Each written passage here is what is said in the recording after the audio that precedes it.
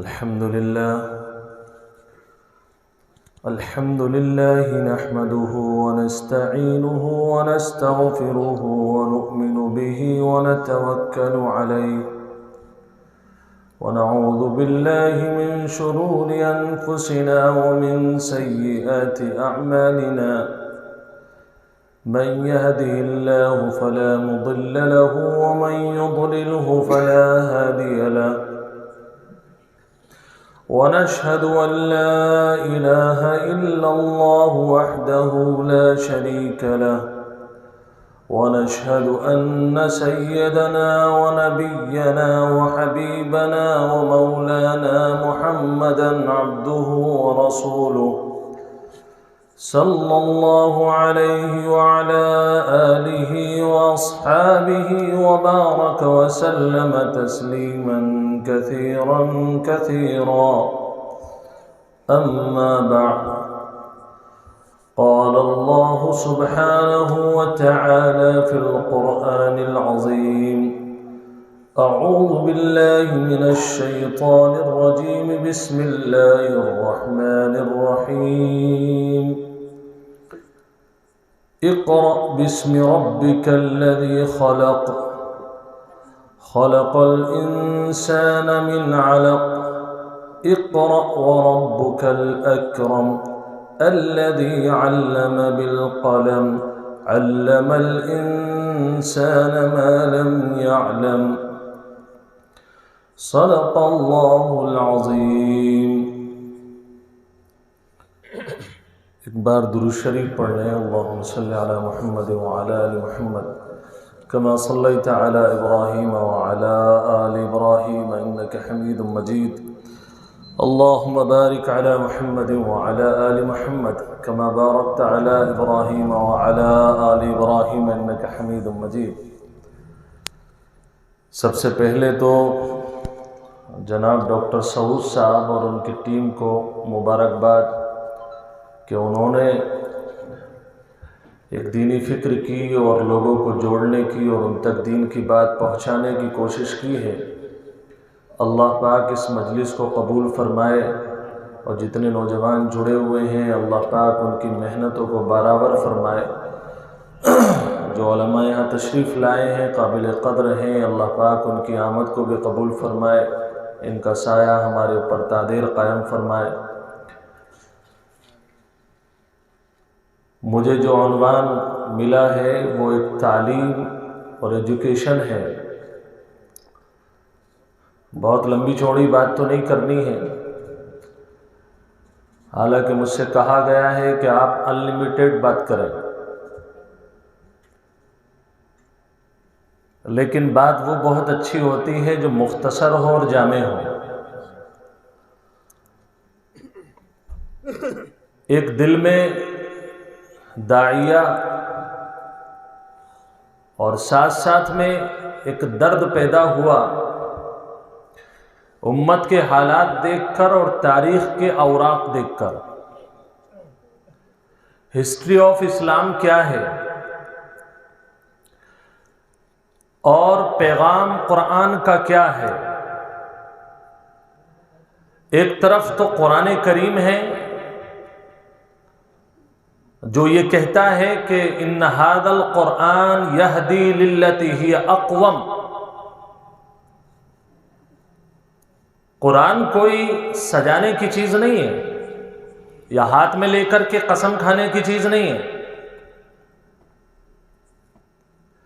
ایک طرف تو قرآن کا پیغام اور دوسری طرف ہماری امت اور ہمارے نوجوان، ہمارے بوڑھے، ہماری عورتیں، ہمارے بچے، ان کی طرف دیکھا جاتا ہے تو شریعت سمجھ میں نہیں آتی، اور جب شریعت کو دیکھا جاتا ہے تو امت سمجھ میں نہیں آتی. لیکن سمجھنا ہمیں ہی ہے. اور میری بات بڑھنے سے پہلے میں آپ کو یہ خلاصہ بتا دوں، اللہ کا یہ فرمان ہے اگر تم کام نہیں کرو گے تو اللہ دوسروں کو ایمان دے گا، انہیں آپ کی جگہ لے کر کے آئے گا.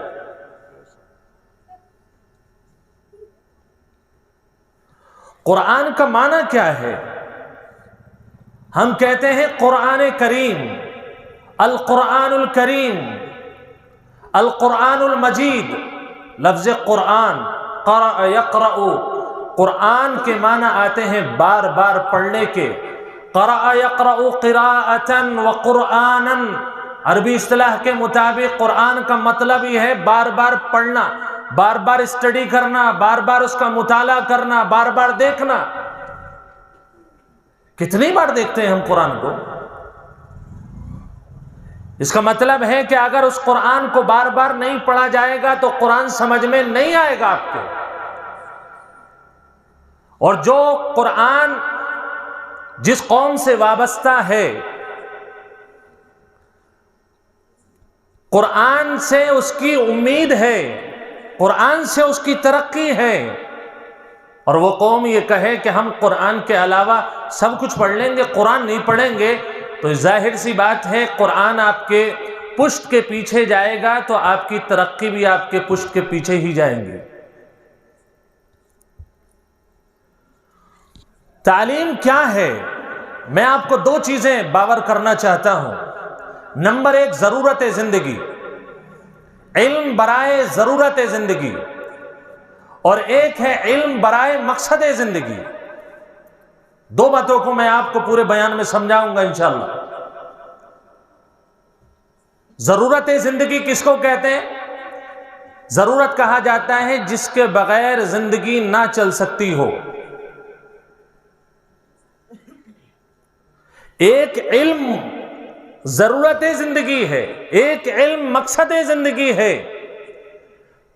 ضرورت زندگی میں ڈگریاں آ گئیں، high school, inter, B A, M A, B Ed, M S C, B S C, B com, M com, اس کے بعد آپ جتنے ڈپلومے کر لیں اور اس کے بعد آپ ڈگریاں کریں، M B B S, M S, دنیا بھر کی ڈگریاں ہیں۔ یہ ساری ڈگریاں ضرورت زندگی ہیں، اس کا بھی حاصل کرنا ضروری ہے۔ ایک ہے مقصد زندگی، وہ علم کون سا ہے؟ جو علم قبر میں کام آئے گا، جس علم کی بنیاد پر اللہ کی پہچان ہو، رسول اللہ صلی اللہ علیہ وسلم کی معرفت ہو، وہ علم حقیقی کہلاتا ہے۔ اور حقیقی کا مطلب یہ ہے کہ اگر علم حاصل کرنے کے بعد رب کی معرفت نہیں ہوئی، خالق کی معرفت نہیں ہوئی، پیدا کرنے والے کی ہمیں پہچان نہیں ہوئی، جس نبی نے ہمارے خاطر طائف میں ہمارے لیے جس نے اپنا خون بہایا تھا، اس کی پہچان اگر نہیں ہوئی تو مطلب آپ کو علم حاصل نہیں ہوا۔ دونوں میں فرق کر لیجئے۔ ایک بندہ ہے جو ایم بی بی ایس کر رہا ہے، میں اس پر بھی آؤں گا، کوئی کتابچہ پورے 5 سال میں ایک کتابچہ ایسا نہیں ہے جس میں اللہ کی تعریف بتائی گئی ہو۔ پیٹ کا درد کیسا ہوتا ہے، پیٹ کی سرجری کیسے ہوتی ہے، گردے کہاں کو نکل رہے ہیں، بڑی آنت کہاں کو نکل رہی ہے، قبض ہو جائے تو کیسے ٹھیک ہوگا، لوز موشن ہو جائیں تو کیسے ٹھیک ہوں گے، یہ کام ہے میڈیکل سائنس کا، ڈاکٹریٹ کا، ایم بی بی ایس کا، B O M S, B A M S کا۔ اس کا مطلب یہ ہے کہ یہ فنون ہیں، علم حقیقی نہیں ہے۔ ایک بچہ قاعدہ پڑھنے کے لیے مدرسے میں گیا، پہلے ہی مرتبہ کہا جاتا ہے الف سے، بولیے صاحب، الف سے کیا کرایا جاتا ہے؟ اللہ، پہلے ہی معرفت ہو گئی۔ الف سے اللہ پڑھایا جاتا ہے۔ جس قاعدے سے اللہ کی معرفت ہو اس کو علم کہا جاتا ہے۔ جس علم سے زندگی کی ضرورتیں پوری ہوتی ہوں اس کو ضرورت زندگی کہا جاتا ہے، یہ علم مجازی کہا جاتا ہے۔ دونوں کا حاصل کرنا ضروری تھا، ہم نے دونوں کو چھوڑ دیا۔ علم حاصل کرنے سے عزت میں اضافہ ہوتا ہے، اور اگر دین کا علم ہو تو اس کی عزت کا تو ٹھکانہ نہیں۔ میں آپ کو ایک واقعہ بتاتا ہوں۔ حضرت عبداللہ بن مبارک رحمۃ اللہ علیہ جلیل القدر بزرگ ہیں، حافظ حدیث، محدث وقت کا صوفی، وقت کا اللہ والا۔ ایک مرتبہ بغداد کا ایک محلہ تھا، شہر تھا، آج وہ محلہ ہے رقہ نامی۔ وہاں پر حضرت کی آمد تھی، تشریف لائے۔ مسئلہ ایک مرتبہ یہ پیش آیا کہ جو اس وقت ہارون رشید تھا وہ خلیفہ تھا، ملوکیت تھی، خلیفہ کہا جاتا تھا لیکن اصل میں بادشاہ تھا۔ وہ اپنے برج میں بیٹھا ہوا تھا، قلعے کے اوپر آپ نے دیکھا ہوگا کچھ مینارے سے بنے ہوئے ہوتے ہیں، اس کے اندر بیٹھنے کی جگہ بھی ہوتی ہے۔ اپنی بیوی کے ساتھ قلعے کے اوپر مینارے کے اندر بیٹھا ہوا تھا اور پورے موسم کے مزے لے رہے تھے میاں بیوی، کوئی غلط بات نہیں ہے۔ اتنے میں اسے ایک آواز آئی، ایک شور سا برپا ہو گیا۔ اس نے 2-3 لوگوں کو بلایا، اپنے خادموں کو، ذرا دیکھ کر کے تو آؤ یہ کیا ہو کیا رہا ہے، کسی نے حملہ تو نہیں کر دیا؟ پہلے بادشاہ لوگوں کے ہم جو واقعات سنتے ہیں ہمیں ایسا لگتا ہے بڑی پرسکون زندگی ہوگی، ان سے زیادہ بے چین آتما کسی کی نہیں ہوتی تھی۔ ہر لمحہ یہ فکر تھی کہ کہیں مسند چھن نہ جائے، کوئی حملہ آ کر کے نہ کر دے۔ 4 آدمیوں کو بھیجا، وہ دوڑتے ہوئے گئے، انہوں نے آ کر کے کہا حضرت ایسا کچھ نہیں ہے، ایک بزرگ ہیں حضرت عبداللہ بن مبارک، وہ رقہ میں تشریف لا رہے ہیں، لوگ شہر سے نکل کر 5-5 10-10 کی ٹولیاں بنا کر کے ان کے استقبال کے لیے گاؤں سے باہر جا رہے ہیں۔ اچھا سا، ایسا بھی آدمی ہے کہ پورا شہر خالی ہو گیا اس کے لیے۔ اس کے بعد حضرت اندر تشریف لاتے ہیں، پورا مجمع تھا۔ تاریخ یہ کہتی ہے اتنا بڑا محدث تھا کہ ایک وقت میں ایک مجلس میں حدیث پڑھنے کے لیے 40 ہزار طلبہ ہوتے تھے، 40,000۔ حضرت عبداللہ بن مبارک رحمۃ اللہ علیہ کو اس مجمع میں جو شہر کے لوگ جمع تھے، حضرت کے استقبال میں چھینک آ گئی۔ چھینکنے کا اسلامی طریقہ کیا ہے؟ چھینکنے کے بعد جسم میں چستی آتی ہے۔ اللہ کے نبی صلی اللہ علیہ وسلم نے فرمایا اذا عطس احدکم فلیقل الحمدللہ، جب تم میں سے کسی کو چھینک آئے تو کہو الحمدللہ، اللہ کی تعریف کرو، اے اللہ تیرا شکر ہے، تیرا احسان ہے، تمام تعریفیں تیرے لیے ہیں، اس لیے کہ تو نے میرے بدن کو سستی سے نکال کر کے پھرتی میں تبدیل کر دیا۔ جواب کیا ہے؟ جب کوئی الحمدللہ کہے تو جواب میں کہو یرحمک اللہ۔ ہم سے تو اسلامی طریقے پر چھینکنا نہیں آتا، اور ہم سے بڑا مسلمان کوئی نہیں ہے، ہم سے بڑا مسلمان کوئی نہیں ہے۔ چھینکنا بھی اسلامی انداز پر نہیں آتا۔ چھینکنے کے بعد روپٹہ لے لیں گے، رومال لے لیں گے، سب کچھ لے لیں گے، بعض تو وہ بھی نہیں لیتے۔ مسجد میں کھڑا ہوا، اللہ اکبر نیت باندھی، اتنی زور سے چھینکا جو بدن سے رطوبت نکلی ناک سے، وہ 2-3 کو اور چپٹا دی اس نے۔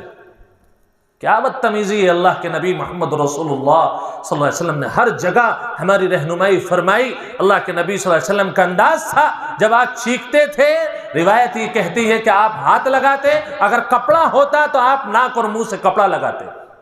ہمارے نبی جیسا تو کوئی مہذب نہ تھا نہ ہوگا، قیامت تک کوئی اس جیسا مہذب اور کوئی اس جیسا محترم اور معزز شخصیت اب آنے والی نہیں ہے۔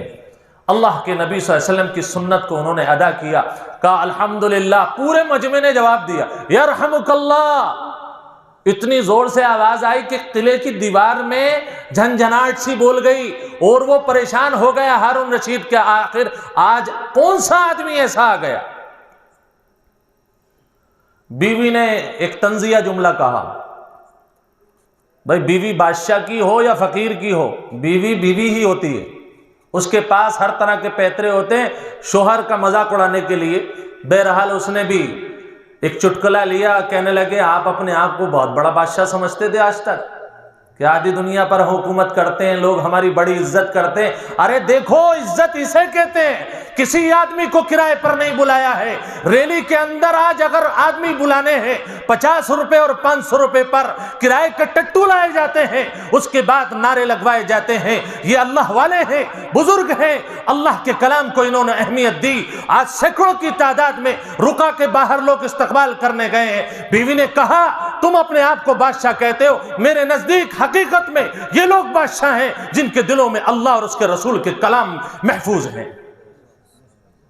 لوگوں نے احترام یہ کیا ہے، کائے سے ملا، علم سے ملا، اللہ کے نبی صلی اللہ علیہ وسلم کی احادیث کو دل سے لگایا، اللہ پاک نے اتنی بڑی عزت دی کہ لاکھوں لوگ عزت کرتے، پھر بھی یہ کہتے ہم سے حضرت کی عزت ادا نہ ہو سکی۔ اللہ نے علم کی کیا ویلیو رکھی ہے، آپ سمجھیں حضرت عمر فاروق رضی اللہ تعالی عنہ نبوت بار بار دعوت دیتی رہی، لیکن حضرت عمر فاروق رضی اللہ تعالیٰ عنہ ابھی ایمان نہیں لائے تھے، بکریاں چراتے تھے، اونٹ چراتے تھے، روزانہ ابا سے آ کر کے ڈانٹ کھاتے۔ ابا کہتے عمر کیا کر کے آیا ہے تو نے اس اونٹ کو بھوکا رہنے دیا، یہ اونٹ تو دبلا ہو گیا، اس کو تو نے نہلایا نہیں ہے، ارے تجھ سے کچھ نہیں آئے گا، تو کسی کام کا نہیں ہے۔ بھائی ابا لوگ آج بھی ایسی ڈانٹتے نہیں ڈانٹتے؟ بچوں کو برا نہیں ماننا چاہیے کیونکہ ان کی ڈانٹ میں بھی پیار ہوتا ہے، یہ اس وقت سمجھ میں آتا ہے جب بچہ باپ بن جاتا ہے۔ حضرت عمر فاروق رضی اللہ تعالیٰ عنہ کے ابا کہہ رہے ہیں تجھ سے کچھ نہیں آتا، کسی کام کا نہیں ہے۔ حضرت عمر فاروق رضی اللہ تعالیٰ عنہ نے ایمان قبول کیا اور اپنے وسعت کے مطابق آقا مدنی علیہ السلام کی خدمت میں حاضر ہو گئے، جو کچھ لے سکے سب کچھ لیا، آپ کے اخلاق لیے، آپ کی نماز لی، آپ کا فیصلہ کرنے کا انداز لیا، چلنے کا انداز لیا، بولنے کا انداز لیا، علم حاصل کرتے رہے۔ ایک وقت وہ آیا کہ جس عمر ابن خطاب کو خطاب یہ کہا کرتے تھے عمر تیرے بس کی بات اونٹ چرانا بھی نہیں ہے، تو بکری بھی نہیں چرا سکتا ہے، اس کے بارے میں تاجدار مدینہ محمد رسول اللہ صلی اللہ علیہ وسلم نے ایک وقت میں فرمایا لو کان بعدی نبی لکان عمر، اگر میرے بعد نبوت کا سلسلہ جاری ہوتا تو میرا اللہ اس امت میں سے جس کو نبی بناتا میرے بعد وہ صرف اور صرف عمر ہوتا۔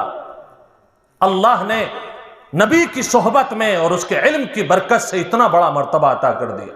ایک مرتبہ رسول اللہ صلی اللہ علیہ وسلم نے ہنس کر فرمایا عمر تم جانتے ہو تمہاری ایک صفت، اللہ کے نبی صلی اللہ علیہ وسلم اللہ اور اس کا رسول بہتر جانتا ہے، آپ نے فرمایا جانتے ہو جس راستے پر تم چلتے ہو اگر سامنے سے شیطان آ جاتا ہے نا وہ اپنا راستہ بدل لیتا ہے اور وہ یہ کہتا ہے جس راستے پر عمر چلے گا شیطان کا اس راستے پر کوئی کام نہیں۔ اللہ اکبر، یہ مرتبہ کائے سے ملا؟ علم سے ملا۔ علم کیسے؟ حضرت ابو ہریرہ رضی اللہ تعالیٰ عنہ ایک واحد وہ محدث ہے، دنیا کی کوئی کتاب حدیث کی اٹھا کر کے دیکھ لو جس میں روایت حضرت ابو ہریرہ رضی اللہ تعالیٰ عنہ کی نہیں ہے، وہ پوری حدیث کی کتاب نامکمل ہے، 5 لاکھ حدیثوں کا راوی حضرت ابو ہریرہ رضی اللہ تعالیٰ عنہ تقریباً 5 لاکھ ہیں، کوئی حدیث کی کتاب اس کی روایت کے بغیر پوری نہیں ہوتی ہے۔ حضرت ابو ہریرہ رضی اللہ تعالیٰ عنہ اپنے بارے میں خود کہتے ہیں جب میں ایمان لے کر کے آیا میں غریب تھا، غلام تھا، میں نے آقا مدنی صلی اللہ علیہ وسلم کی خدمت میں جا کر اپنے آپ کو ڈال دیا۔ اللہ کے نبی صلی اللہ علیہ وسلم جو کچھ سیکھنا ہے اب تاجدار مدینہ سے سیکھنا ہے، کسی سے نہیں سیکھیں گے۔ وقت ایسا آیا فرمانے لگے کہ مجھے غشی تاری ہوتی، میرے اوپر لوگ پیر رکھتے، کوئی جوتا سنگاتا، کوئی موزہ سنگاتا، کوئی سڑے ہوئے کپڑے لا کر کے سنگاتا کہ اسے مرگی آ گئی ہے، اس کی مرگی دور ہو جائے گی۔ فرماتے ہیں جانتے ہو وہ بے ہوشی کس بات کی تھی؟ وہ اس بات کی تھی کہ ابو ہریرہ نے 3-4 دن سے کھانا نہیں کھایا ہوا ہوتا تھا، ہفتوں گزر جاتے لیکن علم نہیں چھوڑا۔ کہتے ہیں غشی کھا کر کے بھی گرا تو دربار رسالت میں جا کر گرا۔ ابو ہریرہ رضی اللہ تعالیٰ عنہ اس کے بعد اللہ نے کیا مرتبہ دیا، زندگی میں اللہ پاک نے اس عورت سے بھی نکاح کرایا جس کے نکاح کے بعد حضرت مالدار ہوئے۔ جس آدمی کو اپنے کھانا کھانے کے لیے پیسے نہیں تھے، وقت وہ آیا کہ اپنے ناک صاف کرنے کے لیے ریشم کا رومال استعمال فرمایا کرتے تھے اور یہ فرمایا کرتے تھے یہ اللہ کے نبی صلی اللہ علیہ وسلم کی صحبت کا اثر ہے، آقا جس کے سر پر ہاتھ رکھ دیں وہ غریب مالدار ہو جائے، اور جس مالدار کے اوپر سرور کائنات محمد رسول اللہ صلی اللہ علیہ وسلم کے علم کا سایہ پڑ جائے وہ مالدار باعزت اور مکرم ہو جایا کرتا ہے۔ علم کوئی ایسی چیز نہیں ہے، علم واحد وہ پھول ہے جس پر کبھی خزاں نہیں آتی ہے، علم کبھی تقسیم نہیں ہو سکتا ہے، علم ایسی دولت ہے آپ بڑے سے بڑے مالدار کو اپنے آگے گھٹنے ٹیکنے پر مجبور کر دیں گے، لیکن علم نہ دنیا کا آج ہمارے پاس ہے نہ آخرت کا علم آج ہمارے پاس ہے۔ میں آپ کو ایک واقعہ اور بتاؤں، شاید ایمان تازہ ہو جائے۔ ہارون رشید کے زمانے کا واقعہ ہے، مدینہ المنورہ میں اس نے ایک خلیفہ اپنا مقرر کیا، اس کا نام تھا فرخ۔ اس شخص نے بہت جی جان سے ہارون رشید کے لیے کام کیا۔ بیوی اس کی حاملہ ہو گئی، پیٹ سے تھی، ہارون رشید کا اعلان آ گیا چلو جنگ پر۔ اب ظاہر سی بات ہے بھئی ہارون رشید کے خزانے کا مال کھا رہے ہیں تو ماننا تو پڑے گا نا، سرکاری بات ہے۔ وہ ذرا خلیفہ ٹائپ کے آدمی تھے تو پیسے ویسے بھی تھے، انہوں نے 30,000 دینار یا درہم جو بھی اس وقت چلتے ہوں، 30,000 کا عدد لکھا ہوا ہے، بیوی کے ہاتھ میں دے دیا۔ کہنے لگے مجھے میرا کوئی پتہ نہیں ہے، ہارون رشید صاحب مجھ سے بہت محبت کرتے ہیں، اور محبت کرنے والے کی ہی آزمائشیں زیادہ آتی ہیں، یہ اللہ کا بھی قانون ہے۔ جس سے اللہ زیادہ محبت کرے گا اس کے اوپر حالات زیادہ آتے ہیں، تاکہ دنیا میں گناہ جھڑ جائیں، کام ختم ہو جائے، مرنے کے بعد ڈائریکٹلی جنت میں۔ اس نے کہا کہ خلیفہ صاحب نے کہا ہے کہ جنگ میں جانا ہے، یہ 30,000 پکڑو، جو بھی میری اولاد ہوگی اس پر اچھے سے خرچ کرنا، اور ایک بات سنو، آ کر کے پورے 30,000 کا آپ سے پورے 30,000 کا حساب لوں گا۔ یہ معاملہ بڑا کر رہا تھا، کیونکہ اگر آج کل کی بیوی ہوتی تو شاید 1-1.5 مہینے چل پاتے 30,000 روپے، 2 دن رامپور کے مال میں اور 2 دن مراد آباد کے مال میں، جو کچھ بچا کچا بریلی اور پھر دلی، کام ختم۔ اور بعض ہماری مائیں بہنیں برا نہ مانے، وہ تو 30,000 لالپور کے بازار میں اڑا دیں گی، کتنی محنت سے شوہر کماتا ہے تمہیں کیا معلوم۔ وہ عورت بڑی کام کی، 30,000 روپے رکھ لیے۔ 1 سال گزرا، 2 سال گزرے، 3 سال گزرے، 4 سال گزرے، 27 سال کے بعد بندہ گھر میں آیا۔ 27 سال کے بعد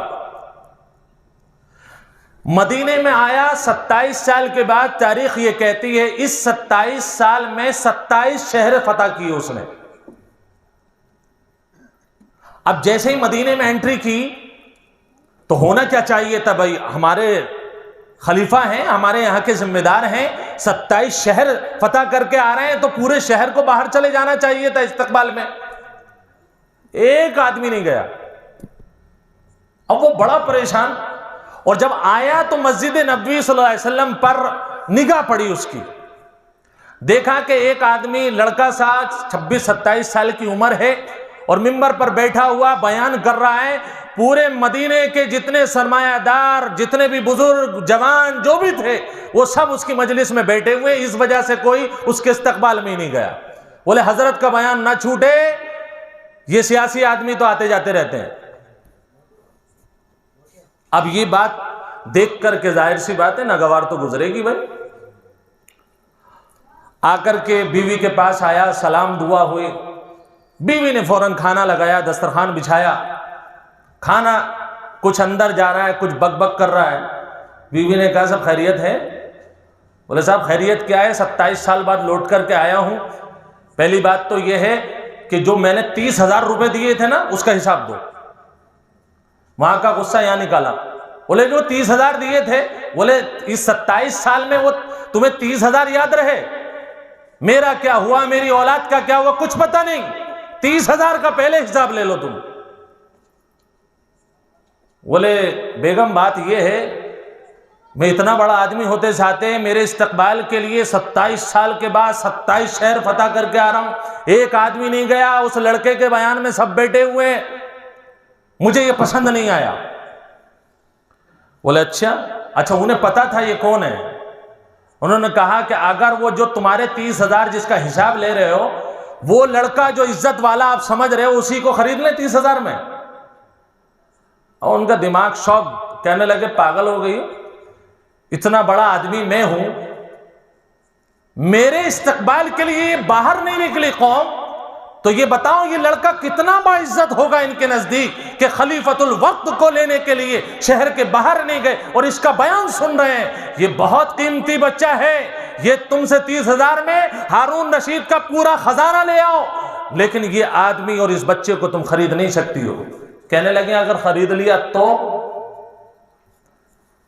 بولے صاحب یہ میری سمجھ میں بات نہیں آ رہی۔ کہنے لگے وہ جو 30,000 کا حساب لے رہے ہو یہ آپ ہی کا بیٹا ہے، اس کا نام ربیعہ ہے، یہ محدث وقت اور بزرگ ہے، اس 30,000 روپے کا حساب اگر لینا ہے تو اس ربیعہ سے لو۔ میں نے 30,000 کا ایک ایک روپیہ خرچ کیا، لیکن آپ کی غیر موجودگی میں آپ کے پیسے اور آپ کی اولاد کا صحیح استعمال میں نے کیا ہے۔ روایت یہ کہتی ہے، تاریخ یہ بتاتی ہے، جب اس آدمی نے یہ سنا کہ یہ میرا بیٹا ہے جو محدث وقت ہے، بزرگ ہے، تاریخ کہتی ہے مور کی طرح پھڑپھڑانے لگا اور گھومنے لگا، خوشی کے مارے جھومنے لگا، کہنے لگا ما زعتہ واللہ ما زعتہ، میری بیگم تم نے میرے 30,000 کا بالکل صحیح استعمال کیا ہے، اگر تم نے میرے بیٹے کو علم سکھایا ہے تو 30,000 کیا 30 لاکھ بھی آپ کے لیے حلال ہے۔ بچہ تو بنایا، اگر 30,000 اڑا دیتے موبائلوں میں، اگر 30,000 اڑا دو گے دنیا کے الٹے سیدھے خرچوں میں تو شوہر کیسے تم سے راضی ہوگا؟ علم کی وجہ تھی۔ اللہ کے نبی محمد رسول اللہ صلی اللہ علیہ وسلم نے فرمایا الکلمۃ الحکمہ ضالۃ المؤمن فحیث وجدہا فہو احق بہا، فرمایا کہ حکمت کی بات، دانائی کی بات ہر مومن کا کھویا ہوا سرمایہ ہے، جہاں سے ملے اسے لے لو۔ لیکن پریشانی یہ ہے کہ آج ہمارے یہاں کے نوجوانوں کے اندر نہ تو ہماری ضرورت زندگی کے مطابق علم ہے۔ میں آج آپ کو یہ پیغام دینے کے لیے آیا ہوں کہ اگر آپ یہ سوچتے ہیں کہ ہمارے بچے نے انٹر کر لیا تو مسئلہ حل ہو گیا، ہائی اسکول کر لیا مسئلہ حل ہو گیا، تم غلط فہمی میں ہو۔ جس نے انٹر کے بعد اپنی تعلیم کا سلسلہ چھوڑا وہ انٹر والا جاہل ہے، اسے کچھ نہیں پتا۔ انٹر کے بعد تو تعلیم شروع ہوتی ہے۔ آج آپ جا کر کے دیکھو، نان مسلم غیر مسلم محنت کر رہے ہیں۔ 4 بجے صبح میں مدرسے جاتا ہوں، آج چھوٹے چھوٹے گاؤں کے غیر مسلم بچے اپنی باڈی کو فٹ رکھنے کے لیے دوڑ لگاتے ہیں، وہ IAS IPS وہ اپنی ٹریننگ لے رہے ہیں۔ کہاں سو گئے لال پور کے نوجوان، اور کہاں سو گئے وہ باپ جو اپنے آپ کو بہت قابل سمجھتے مالدار سمجھتے ہیں؟ تم کچھ نہیں ہو، تم نے اپنی اولاد کو برباد کر دیا ہے، تم نے اپنے وقت کو برباد کیا۔ میرے نبی نے فرمایا تھا کہ ضرورت زندگی کے مطابق بھی علم ہونا چاہیے اور قبر والا بھی علم ہونا چاہیے۔ نہ تم نے اپنے بچے کو دنیا والا علم سکھایا نہ قبر والا علم سکھایا۔ کیا اللہ نے ہمیں دماغ نہیں دیا؟ کیوں مارے جا رہے ہو اپنی اولادوں کو صرف اس لیے کہ علم پر پیسہ خرچ ہوگا؟ ہم اپنے بچے کو معلوم ہے کب بھیجتے ہیں اسکول میں پڑھنے کے لیے، مدرسے میں پڑھنے کے لیے؟ جب وہ 10 سال کا اور 9 سال کا ہو جاتا ہے۔ ظالموں کہاں سوئے ہوئے ہو؟ پوری دنیا آج تمہارا مذاق اڑا رہی ہے، 6 کروڑ سے زیادہ تمہاری آبادی ہے، 56 ملک تمہارے ہیں، پھر بھی ذلیل ہو۔ وجہ یہ ہے کہ تم نے تعلیم کی اہمیت سمجھی ہی نہیں، نہ تم نے یہ سمجھا کہ ہمارے بچوں کو جج ہونا چاہیے۔ کیا ہمارے بچے اس قابل نہیں کہ ہائی کورٹ میں وہ وکالت کر سکے، سپریم کورٹ میں وہ وکیل ہو سکے؟ کیا ہم اس لائق نہیں ہیں، امت محمدیہ کے اس لائق نہیں کہ وہ ہائی کورٹ کے اندر ان کا بچہ جج بن جائے اور سپریم کورٹ میں جج بن جائے؟ MBBS MS لال پور کے نوجوانوں، اگر غیرت ہے تو علم کو سینے سے لگاؤ، دنیاوی علم بھی لگاؤ، آخرت کا علم بھی لگاؤ۔ کہاں ہے 10,000 کی آبادی، 15,000 کی آبادی؟ ایک IAS آفیسر بتاؤ کوئی تم نے پیدا کیا ہو، کوئی ایک IPS بتاؤ جو تم نے پیدا کیا ہو، MBBS MS بتاؤ تم نے پیدا کیا ہو، کوئی ایسا آدمی جس پر تم فخر کر سکو۔ سیاستداں تم نے پیدا کیے، وہ جو لڑنے والے ہیں، تم نے کبھی سیاستداں پیدا کیا؟ جانتے ہو امت محمدیہ نے کیسے سیاستداں کو پیدا کیا؟ ابوالکلام آزاد رحمت اللہ علیہ جو ہندوستان کا ماضی ہے اور مستقبل تک اس کو یاد کیا جائے گا، مولانا محمد علی جوہر اس امت نے دیا ہے، مولانا شوکت علی جوہر دیے ہیں۔ کہاں سوئے ہوئے ہو تم؟ انہوں نے قربانی اس لیے دی تھی تاکہ تم 8 اور 9 بجے تک اپنے بستروں میں سو۔ 4 بجے جسے اذان کا حکم نہیں، جسے نماز کا حکم نہیں، وہ 3 بجے سڑک پر آ جاتا ہے۔ تمہارے رب نے حکم دیا کہ جب اذان ہو فجر کی نماز میں آ جاؤ۔ غیر مسلم کہتا ہے جو نمازی ہے وہ بہترین ٹرینر ہے، اس کے پاس بہترین صلاحیتیں ہیں، جسمانی قوت ہے، تمہارے پاس کچھ بھی نہیں، تم سوتے رہو گے، ذلیل ہوتے رہو گے۔ تم نے قرآن کو مذاق سمجھ لیا. قرآن کے حلقوں میں بیٹھنا تمہاری عادت نہیں. بچہ 3 سال کا ہو جائے، میری بات کو یاد رکھنا، مدرسے کی دہلیز پر اس کا پہلا قدم رکھواؤ. پہلے اللہ یاد کراؤ، محمد رسول اللہ یاد کراؤ، صحابہ کی تعلیم دو. لڑکیاں ہیں تو صحابیات کی تعلیم دو. اس کے بعد ہمارے بچے ہر فیلڈ کے اندر ہونے چاہیے. وہ ہائی اسکول کر کے کسی جھولا چھاپ ڈاکٹر کے یہاں جا کر کے اس نے تھوڑا بہت ایکسپیرینس لیا، دکان کھول لی، 6 کو صحیح کیا، 4 کو مار دیا. یہ آج ہماری امت کا حال ہے.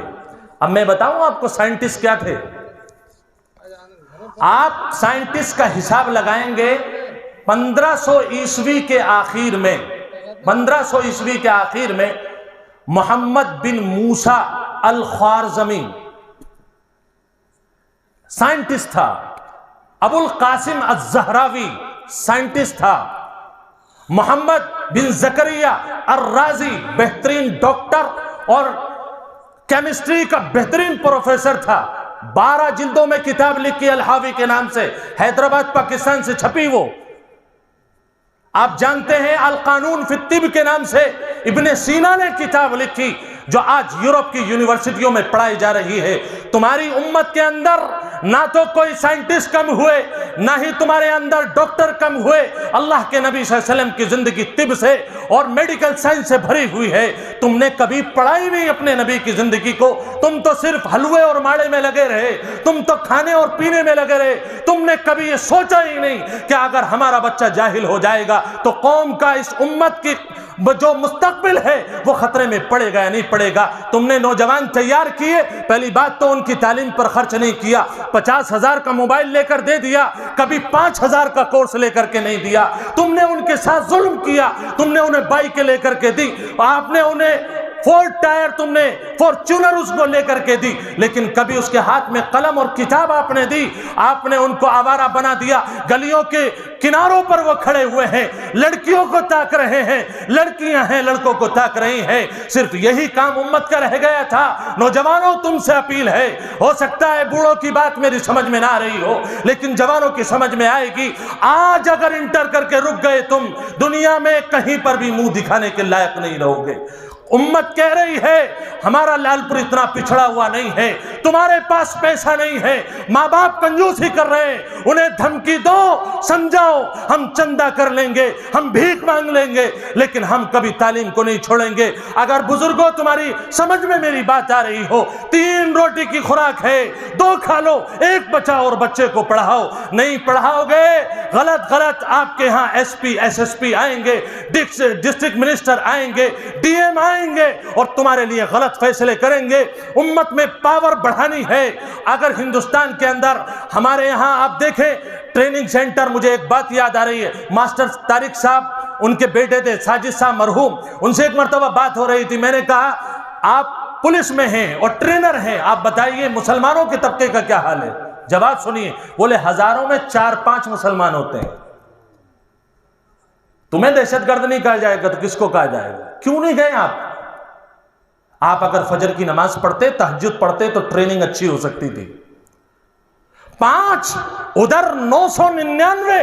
تم کیسے یہ اپنے آپ کو باور کرا سکتے ہو کہ تم بہت بڑے آدمی ہو؟ پیسے سے آدمی بڑا نہیں بنتا. میری بات کو یاد رکھنا، علم سے انسان بڑا بنتا ہے. کتنے علماء تم نے دیے لال پور کو، کتنے مفتی دیے تم نے جہاں پر فتویٰ لکھا جا سکے. ایک عالم اور ایک مفتی نہیں ہے جو یہاں آ کر کے فتویٰ لکھ دے اور امت اس کے فتوے کو مان لے.